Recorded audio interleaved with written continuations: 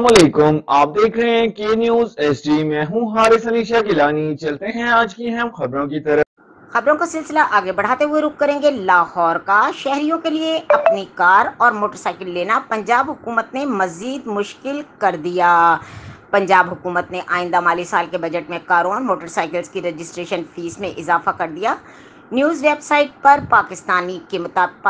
Pro Pakistani के मुताबिक Punjab assembly में माली साल 2024-25 का 5,446 अरब रुपए का बजट मंजूर कर लिया गया है, जिसमें मोटरसाइकिल्स और स्कूटर्स की रजिस्ट्रेशन फीस 1500 रुपये मुकर्रर की गई है। 10 साल के अंदर रजिस्ट्रेशन मुंतकली पर इजाफी 10% सालाना फीस के साथ 1000 सीसी तक की गाड़ियों की रजिस्ट्रेशन फीस 20,000 रुपये और 1000 से 2000 सीसी कारों की रजिस्ट्रेशन फीस इनकी कीमत 2% रखी गई है। इससे बड़ी गाड़ियों की रजिस्ट्रेशन फीस इनकी कीमत का 3% होगी। नई फीसों का इतलाक 1 जुलाई से होगा।